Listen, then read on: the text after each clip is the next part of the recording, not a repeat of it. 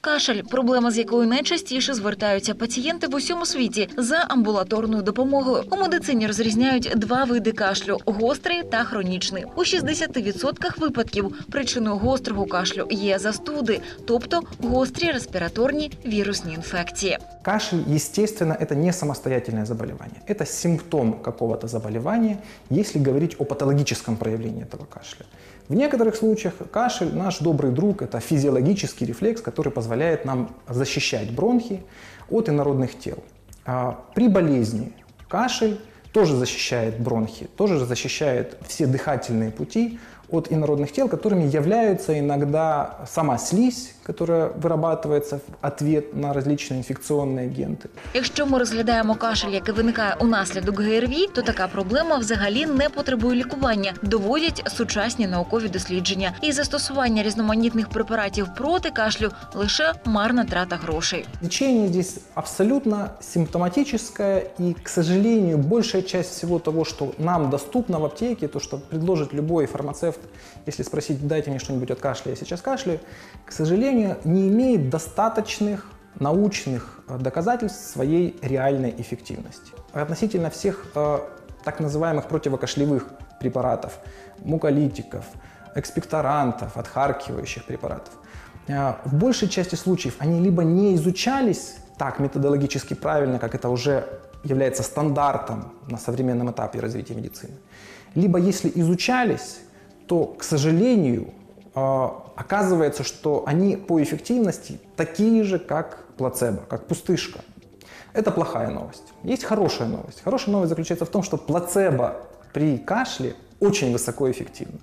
По сравнению с отсутствием лечения, назначение плацебо, то есть отсутствие действующего вещества, ефективно в 80% случаїв. Щоб полегшити кашель при застуді, не обов'язково призначати спеціальні препарати, твердять лікарі. І з таким самим успіхом можна використовувати, наприклад, мед. Кілька ложок продукту запити склянкою теплого напою. А от щодо народних методик полегшення кашлю, як то вигрівання компресами або встановлення гірчичників, то такі засоби впливу на організм також науково не доведені. Как врач и ученый могу сказать, что большая часть подобного рода мероприятий практически не изучалась.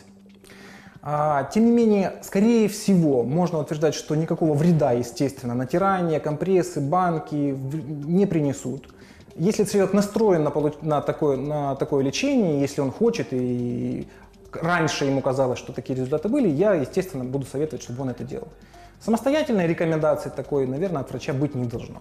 Якщо кашель під час ГРВІ – це лише симптом, який не потребує використання додаткових медичних препаратів, то тоді як правильно лікувати саму причину – застуду? І з цього приводу у лікарів також несподівана відповідь. Практически все препараты, которые якобы противовирусные в плане острой респираторной инфекции, либо не исследовались, либо, если исследовались, оказались не более эффективны, чем плацебо. Все международные рекомендации, которые существуют относительно лечения острой респираторной вирусной инфекции, говорят о том, что ничего, кроме обильного питья, контроля температуры и приема жаропонижающих, облегчения общего самочувствия, покоя и терпения, так вот больше ничего, кроме этого, пациенту не нужно. Але якщо застуда вже минулася, а неприємний кашель не припиняється, чи є підстави для хвилювання? Саме із такою проблемою сьогодні до лікаря завітав Олег, завчасно пройшовши рентгенографію.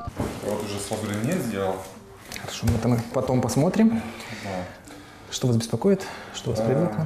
В чем проблема? Где-то уже 2 недели назад как переболел, была температура, пролечился, в принципе все нормально, но тот кашель, который был, он так и остался. И вот уже 2 недели он не проходит, и я, честно говоря, начинаю переживать, потому что, не знаю, может быть, есть смысл там антибиотики какие-то принимать. Скажите, пожалуйста, этот кашель преимущественно сухой или отходит мокрота? В основном он сухой. За эти 2 недели общая тенденция какая? Кашель понемножечку уменьшается, его количество, или оно стоит одинаково, или даже больше стало? Ну, я бы сказал, что немножко стало меньше. Ну, я немножко забегу вперед.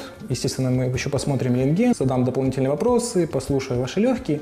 Но в целом, скорее всего, ваша ситуация достаточно благоприятная. И вот эта ситуация называется подострый кашель или Постинфекционный кашель может сохраняться, в общем-то, до 8 недель. Вот тот период времени, когда мы еще при отсутствии каких-то тревожных знаков, тревожных симптомов рассматриваем очень сдержанно ваш кашель и не торопимся ничего дополнительно, избыточно назначать. Прежде всего, и я должен обязательно об этом сказать вам на будущее, что избыточным является в вашем случае назначение антибиотиков. Для назначения антибиотиков должны быть четкие обоснованные показания. Это наличие или подтверждение бактериальной инфекции.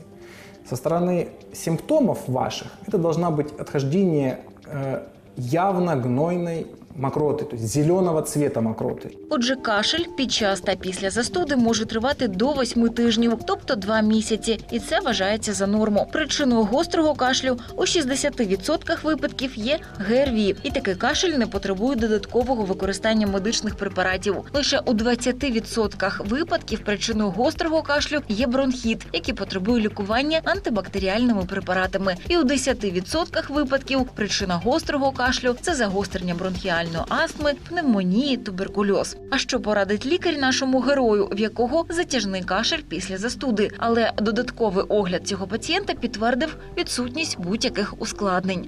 То, что реально полезно и целесообразно делать, нужно сдерживать свой кашель сознательно, если получается. Кашель сам себя поддерживает. Даже устоявшийся термин такой существует в медицине. Поэтому в вашей ситуации, когда кашель непродуктивный, когда нет не от чего откашливаться, нужно стараться сознательно сдерживать. Для этого существует масса вспомогательных приемов. Самое простое. Попробуйте дышать через нос, вдох делать через нос, выдох через рот. Вот когда хочется сильно прокашляться, попробуйте вот так вот подышать. Проте у будь-якому випадку, якщо ви страждаєте від кашлю, обов'язково звертайтеся до медиків за точною діагностикою проблеми. А ще лікарі застерігають не вживати самовільно призначені медичні препарати, адже неправильно підібрані ліки можуть завдати значно більшої шкоди, аніж принести користі.